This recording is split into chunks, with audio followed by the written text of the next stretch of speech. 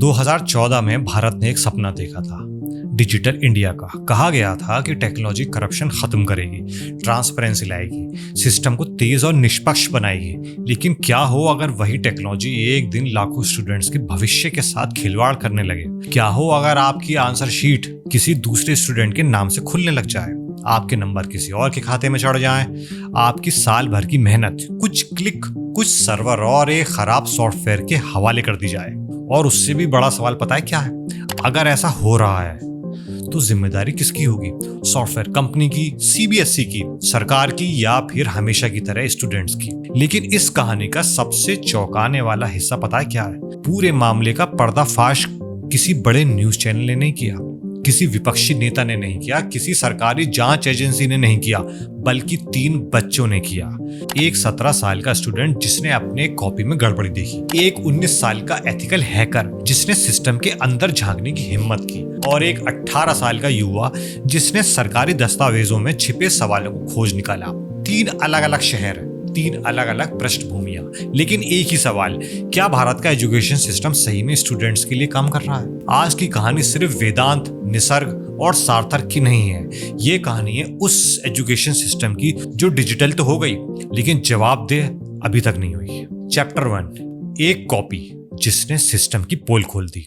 2026 में सीबीएसई ने बड़े गर्व से एक नई टेक्नोलॉजी लागू की। नाम था OSM, यानी ऑन स्क्रीन मार्किंग सिस्टम।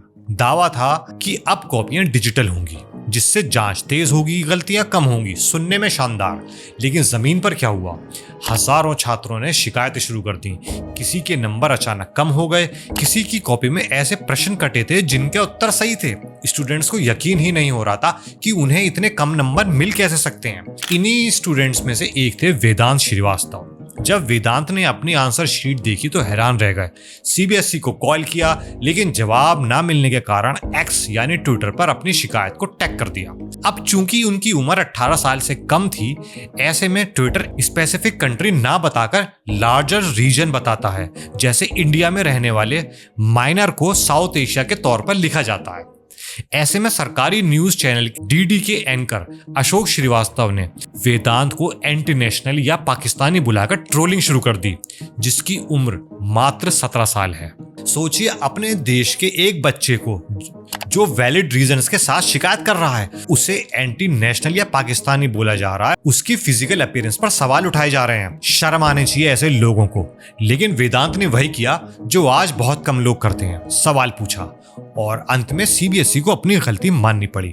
वेदांत कहते हैं OSM सही तरीके से इंप्लीमेंट नहीं किया, क्योंकि स्कूल के बहुत से टीचर्स एजिड हैं, इसलिए वो ज्यादा कंफर्टेबल हैं कॉपी चेक करने में बाय हैंड, ना कि कंप्यूटराइज्ड। अगर OSM इतना ही इंपॉर्टेंट है तो टीचर्स को पहले ट्रेनिंग देनी चाहिए थी, और इम्प्लीमेंटेशन 2027 से शुरू किया जा सकता था, जब एक एथिकल हैकर ने सिस्टम में झांका।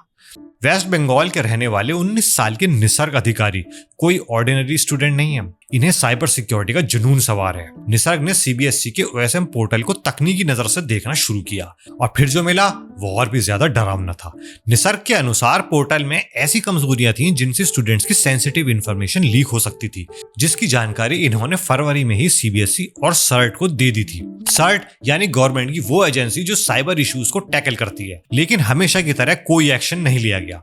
अब ये सिर्फ मार्किंग या एग्जाम प्रॉब्लम नहीं रह गई थी, ये डेटा प्राइवेसी का मामला बन चुका था। क्योंकि इंडिया में हर साल लगभग 2.25 करोड़ स्टूडेंट सीबीएसई से जुड़ते हैं। लाखों करोड़ों आंसर शीट्स डिजिटल रूप में स्टोर होती हैं। अगर ऐसे में सिस्टम की सिक्योरिटी खामियां हो तो खतरा सिर्फ नंबरों को नहीं, पूरे एजुकेशन सिस्टम को होने वाला है। निसर्ग ने खुद जेईई की तैयारी की थी, लेकिन वो पछताते हैं और कहते हैं बेकार है ऐसे इंस्टीट्यूट्स में एडमिशन लेना जो टॉप 100 में भी नहीं आते। ये इनके विचार हैं आईआईटी के लिए। और मजे की बात पता है क्या है? कि निसर्ग जिन आईआईटी में एडमिशन की तैयारी कर रहे थे, उनकी टीम खुद उनके पास आकर पूछती है कि बताइए क्या प्रॉब्लम है हमारे सिस्टम में।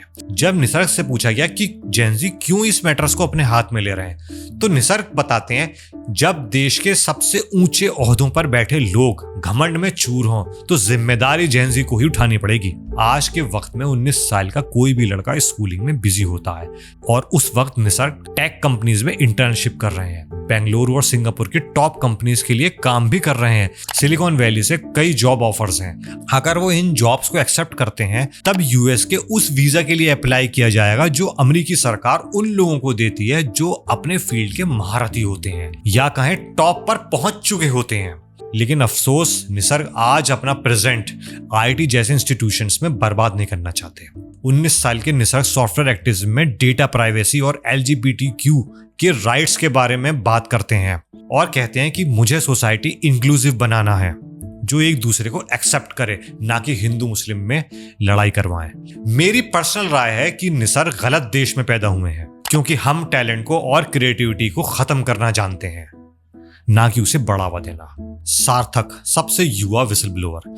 तीसरे स्टूडेंट्स हैं 17 साल के रांची के रहने वाले सार्थक सिद्धांत। सार्थक ने पब्लिक डॉक्यूमेंट्स को कंपेयर करके ये बताया कि सीबीएसई ने ओएसएम प्रोजेक्ट से जुड़े कुछ तकनीकी मानकों को कमजोर किया था ताकि कोएम्ड एडुटेक कंपनी को एग्जाम कराने का ठेका मिल सके। मतलब कहानी सिर्फ एक खराब सॉफ्टवेयर या उसे इस्तेमाल करने की नहीं है, कहानी ये भी है कि किसे फायदा हुआ, किसने निर्णय लिया और जवाबदेही किसकी बनती है। यहीं से मामला संसद तक पहुंचा और सार्थक शायद पार्लियामेंट्री पैनल के सामने हाजिर होने वाले सबसे छोटे भारतीय हैं।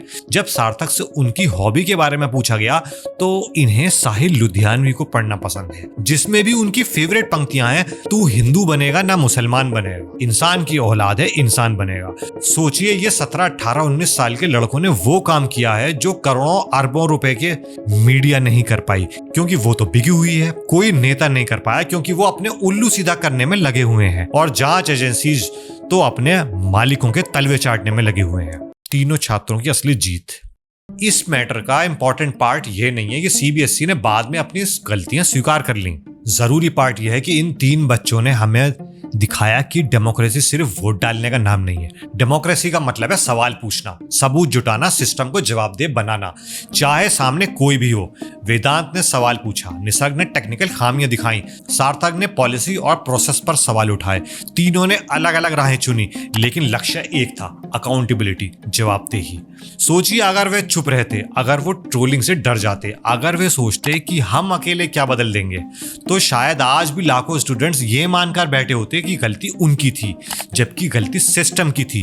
भारत के एजुकेशन को सिर्फ नए ऐप्स, वेबसाइट या यूट्यूब चैनल्स की जरूरत नहीं है, या कहें एआई से रिलेटेड टेक्नोलॉजी और डिजिटल इंडिया के नारों की जरूरत तो बिल्कुल नहीं है। उसे खासकर जरूरत है ईमानदारी की, ट्रांसपेरेंसी की और सबसे ज्यादा ऐसे युवाओं की जो डर के बावजूद सवाल पूछ पाए, क्योंकि हिस्ट्री हमें बार बार यही सिखाता है कि बड़े बड़े बदलाव अक्सर संसद से नहीं क्लासरूम से शुरू होते हैं और कभी कभी पूरे सिस्टम को आईना दिखाने के लिए सिर्फ 3 स्टूडेंट्स ही काफी होते हैं। अगर आपको लगता है कि भारत के एजुकेशन सिस्टम में वाकई सुधार की जरूरत है तो इस वीडियो को ज्यादा से ज्यादा शेयर करें, कमेंट में बताएं।